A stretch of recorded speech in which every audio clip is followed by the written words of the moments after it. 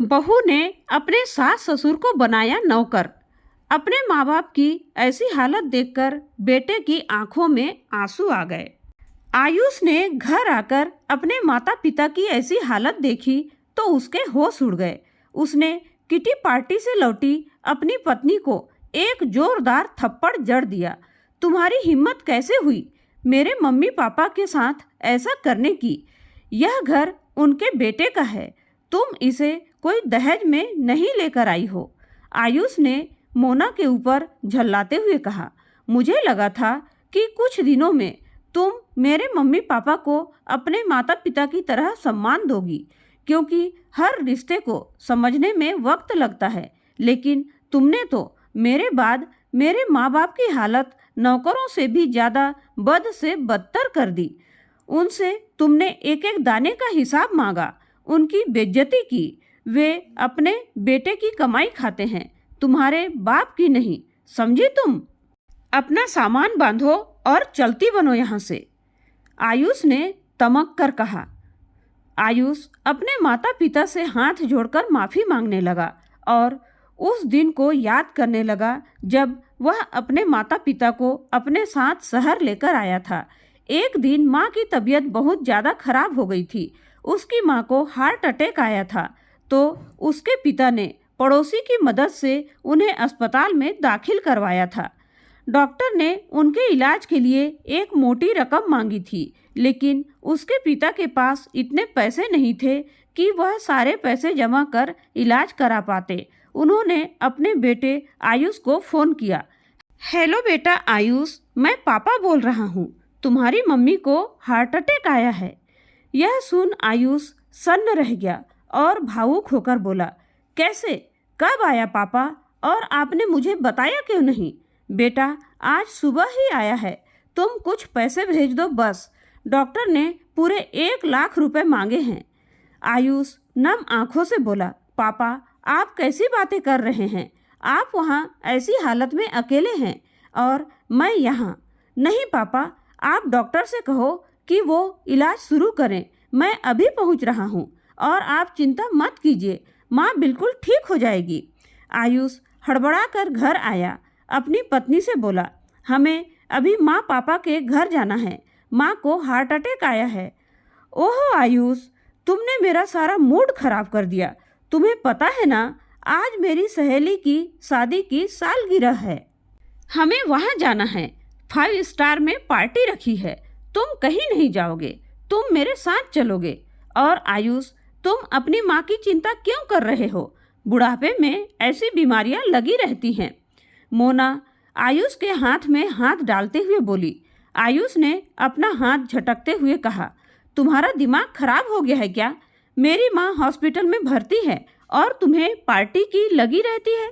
तुम्हें नहीं जाना तो मत जाओ, लेकिन मैं अपने पापा को इस हालत में अकेले नहीं छोड़ सकता, समझी तुम? आयुष ने तुरंत फ्लाइट पकड़ी और सीधे हॉस्पिटल पहुंच गया। अपने पापा को दूर से देखकर दौड़कर उन्हें गले से लगा लिया। मिश्रा जी बेटे के गले लगकर रोते हुए बोले, बेटा देखो तो तुम्हारी माँ की क्या हालत हो गई है। पापा मैं आ गया हूँ ना, अब सब ठीक हो जाएगा। और आयुष ने अपने पिता के आंसू पोंछे और उन्हें एक चेयर पर बैठा दिया। आयुष अपने पापा के हाथ को पकड़कर बोला, पापा आप यहाँ बैठिए बस और भगवान से प्रार्थना कीजिए, मैं अभी आता हूँ। आयुष जाकर सबसे बड़े डॉक्टर से मिला। डॉक्टर साहब, चाहे जितना पैसा लग जाए, लेकिन मेरी माँ को कुछ नहीं होना चाहिए। डॉक्टर ने आयुष को दिलासा दिया। आयुष जी आप चिंता मत कीजिए, हम पूरी कोशिश करेंगे आपकी माता जी को बचाने की। और डॉक्टर गायत्री जी का इलाज करने में जुट गए। कुछ ही दिनों में गायत्री जी पूरी तरह ठीक हो गई। आयुष अपनी माँ को अस्पताल से पापा के घर लेकर आया और कुछ दिन आयुष ने वहीं रहकर उनकी सेवा की, लेकिन काम की वजह से उसके पास फोन पर फोन आ रहे थे। तो मिश्रा जी ने अपने बेटे से कहा, बेटा अब तुम्हारी माँ बिल्कुल ठीक है। हाँ, उसके जोड़ों का दर्द तो हमेशा का है, क्या करें, अब बुढ़ापा है, उसका कुछ नहीं कर सकते। तुम अब अपने काम पर लौट जाओ। आयुष ने तब तो हाँ में सिर हिला दिया। अगले दिन आयुष के हाथ में 2 बैग देखकर उसके मम्मी पापा चौंक गए। अरे बेटा, इसमें क्या है? कोई साग सब्जी लेकर जा रहे हो क्या? नहीं पापा, ये सब बैग में आपका सामान है। आप दोनों मेरे साथ चल रहे हैं शहर। नहीं बेटा, हम यही ठीक हैं। बस तुम हमसे मिलने आते रहना, हमारे लिए वही बहुत है। तुम तो जानते हो कि बहू हमें कुछ ज़्यादा पसंद नहीं करती। मिश्रा जी कहते हुए भावुक हो गए। पापा, आप उसकी चिंता मत कीजिए, मैं सब संभाल लूँगा। पर आप दोनों को मैं अब अकेले नहीं छोड़ सकता। बेटे के इतने जिद करने पर गायत्री जी और मिश्रा जी दोनों बेटे के साथ शहर आ गए। अपने सास ससुर को अपने घर देख मोना का गुस्सा 7वें आसमान पर चढ़ गया। गायत्री जी के कदम अपने बेटे के घर में पड़ ही नहीं रहे थे तो आयुष मुस्कुराता हुआ बोला, मम्मी पापा, यह आपका ही घर है। बेझिझक और पूरे अधिकार के साथ आइए। और आयुष ने अपने मम्मी पापा का हाथ पकड़ा और उनको उनके कमरे में ले गया। उस कमरे को देखकर गायत्री जी और मिश्रा जी भावुक हो गए। पापा, मैंने जब यह घर खरीदा था तभी आपका कमरा बिल्कुल आप दोनों के हिसाब से सेट करवा लिया था। बेटे का प्यार देखकर दोनों ने आयुष को गले से लगा लिया। पापा, अब आप दोनों आराम से यहाँ रहिए, मैं आपके चाय नाश्ते का इंतजाम करवाता हूँ। अपने मम्मी पापा को उनके कमरे में छोड़कर जैसे ही आयुष बाहर आया, मोना आयुष का हाथ पकड़कर खींचते हुए अपने कमरे में ले गई। तुम्हारा दिमाग खराब हो गया है क्या? किसने कहा था तुम्हें इन गंवार बुढ़े बुढ़िया को यहाँ लाने के लिए? मोना, जबान संभाल कर बात करो। वो मेरे मम्मी पापा हैं और तुम्हें उनकी चिंता करने की कोई ज़रूरत नहीं है। मैं अकेला ही काफ़ी हूँ अपने मम्मी पापा की देखभाल के लिए। लेकिन एक बात ध्यान रखना, तुम्हारी वजह से मेरे मम्मी पापा को कोई तकलीफ नहीं होनी चाहिए, वरना मुझसे बुरा कोई नहीं होगा। आयुष ने अपने मम्मी पापा की देखभाल के लिए एक मेड रख ली। आयुष के मम्मी पापा आयुष के साथ बहुत खुश थे, लेकिन बहू हमेशा बड़बड़ाती रहती। एक दिन आयुष को एक मीटिंग के लिए शहर से कुछ दिनों के लिए बाहर जाना था। आयुष ने मेड को सब कुछ समझा दिया था कि मेरे बाद मम्मी पापा को कोई तकलीफ नहीं होनी चाहिए। आयुष बेटा, तुम क्यों इतनी चिंता करते हो? तुम बेफिक्र होकर अपने काम के लिए जाओ। गायत्री जी ने अपने बेटे के सिर पर हाथ रखते हुए कहा। और आयुष मीटिंग के लिए शहर चला गया। बेटे के जाते ही मोना हमेशा सास ससुर को ताना देती रहती। यहाँ आकर पड़ गए हैं, इतना भी नहीं जानते शहर में कितनी महंगाई है। इनके आते ही घर में कितने खर्चे बढ़ गए हैं। पूरे घर को दवाई खाना बनाकर रखा है। अरे मेरे मायके में तो इन दोनों को कोई नौकर भी न रखे। गंवार कहीं के, न पहनने की तमीज है न खाने की। बहू की बातें सुनकर दोनों चुप रह जाते। बहू ने घर के नौकर को बेटे के जाते ही उसकी छुट्टी कर दी और उसकी जगह मिश्रा जी को काम पर लगा दिया। बहू दंदनाते हुए उनके कमरे में आई और तमक कर बोली, बहुत हो गया मेहमानबाजी, अब चलिए पापा जी, थोड़ा हाथ पैर भी चला लीजिए, वरना बुढ़ापे में जाम हो गए तो आपको ही तकलीफ होगी। मोना तमक कर बोली, मम्मी जी, आप थोड़ा रसोई में आकर मेरा हाथ बटाइए। बेटा, तुम्हें जितना काम बताना है मुझे बता दो, पर गायत्री जी से यह सब नहीं होगा। हाँ, आप दोनों तो यहाँ मुफ्त की रोटियाँ तोड़ने को ही पड़े हैं। बस काम को कह दो तो बहाने बनाने लगते हैं। मोना मन ही मन कुछ बुदबुदाते हुए बोली, यह पकड़िए थैला और सब्जी लेकर आइए, और हाँ, सब्जी लाकर रसोई में धोकर रख देना। मिश्रा जी ने थैला पकड़ा और सब्जी लाने चले गए और लाकर उन्हें रसोई में रख दी। बेटा, मैंने सब्जी रसोई में धोकर रख दी है। सुबह सुबह सब्जी लाने और धोने में पैर हाथ सुन्न हो गए हैं। 2 कप चाय बना दो बेटा। मैं आपकी नौकरानी नहीं हूँ जो आप मुझे ऑर्डर दे रहे हैं।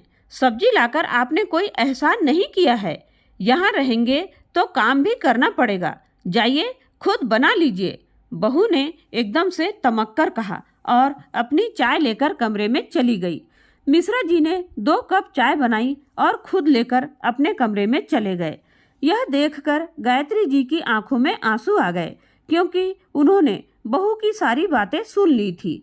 अरे गायत्री जी, तुम चाय पियो और सब भूल जाओ।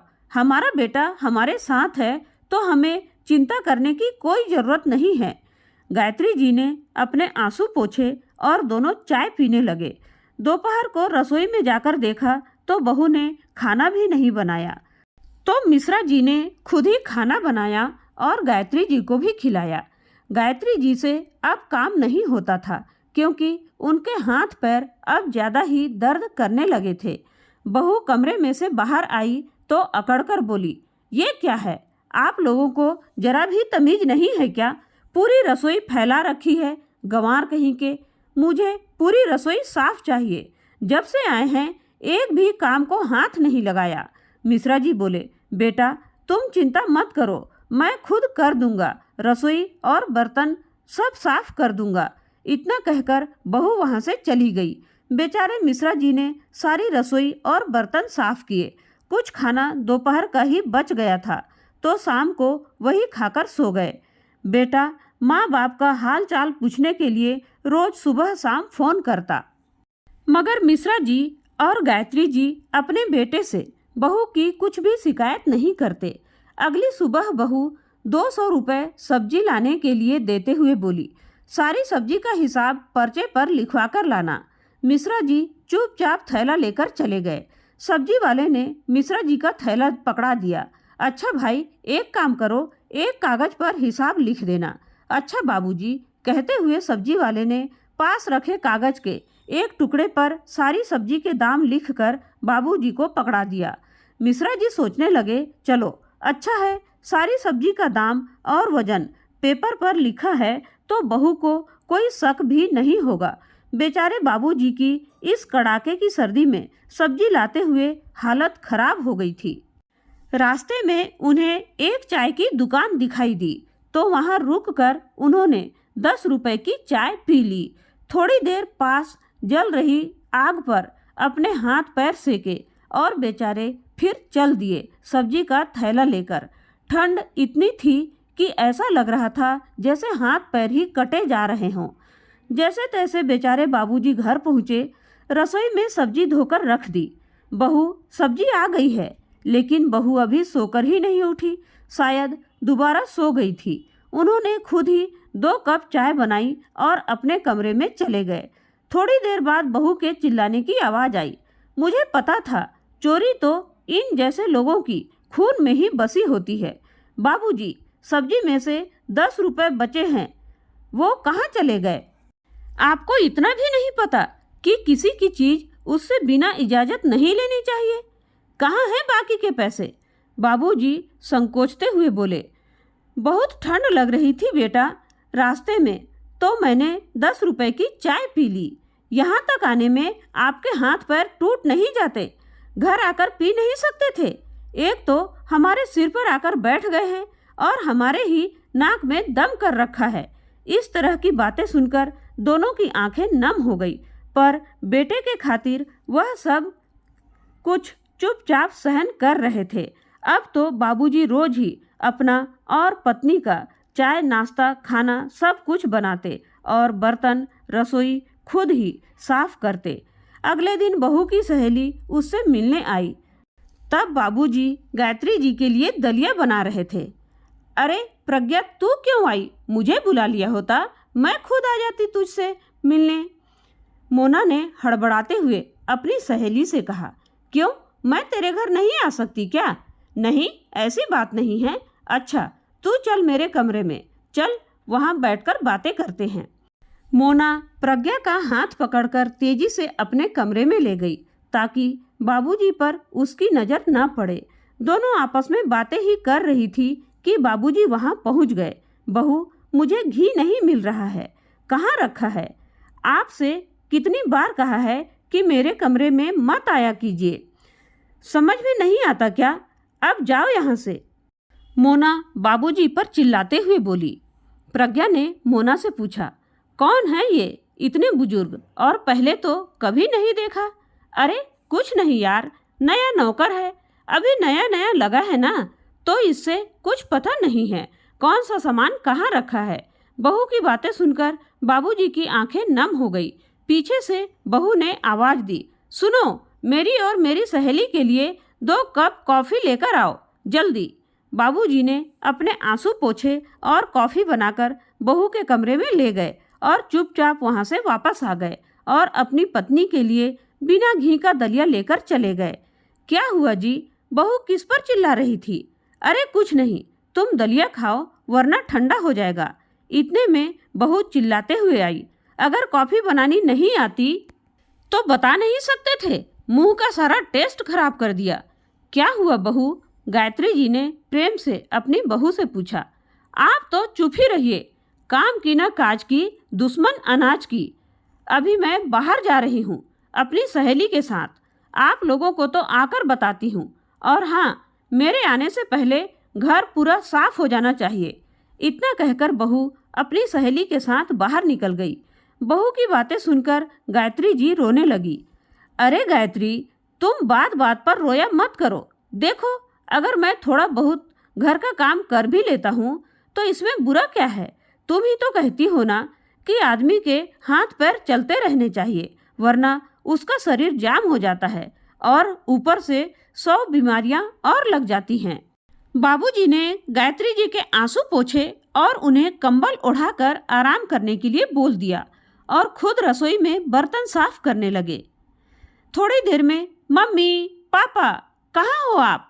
देखो, मैं आपके लिए क्या लाया हूँ। मम्मी पापा के कमरे में आयुष दौड़ कर गया। माँ के पैर छूते हुए बोला, अरे माँ, कैसी हो और आपकी तबीयत कैसी है? बेटे को सामने देख गायत्री जी की आंखें भर आई। माँ देखो, मैं दिल्ली से आप लोगों के लिए क्या लेकर आया हूँ। आपके लिए नया शॉल, नई जर्सी। और बाबूजी कहाँ हैं? मैं कब से पूछ रहा हूँ, वे दिखाई नहीं दे रहे हैं। गायत्री जी ने रोते हुए अपने बेटे को सब बता दिया। यह सुनकर आयुष के पैरों तले जमीन खिसक गई। रसोई में जाकर देखा तो बाबूजी बर्तन साफ कर रहे थे। यह देखकर आयुष की आंखों में आंसू आ गए। अरे बेटा, तुम कब आए? हाँ बाबूजी, काम जल्दी हो गया था तो बस चला आया। इतने में मोना भी वहाँ घर पहुँच गई थी और आयुष को देखकर उसके तो होश उड़ गए। अरे आयुष, तुमने तो बोला था कि तुम 2 दिन बाद आओगे, फिर यहाँ कैसे? मोना जैसे ही आयुष के पास आने लगी, आयुष ने एक जोरदार तमाचा मोना के गाल पर जड़ दिया। तुम्हारी हिम्मत कैसे हुई मेरे देवता समान माँ बाप के साथ ऐसा करने की? यह घर उनके बेटे का है, तुम इसे कोई दहेज में लेकर नहीं आई थी।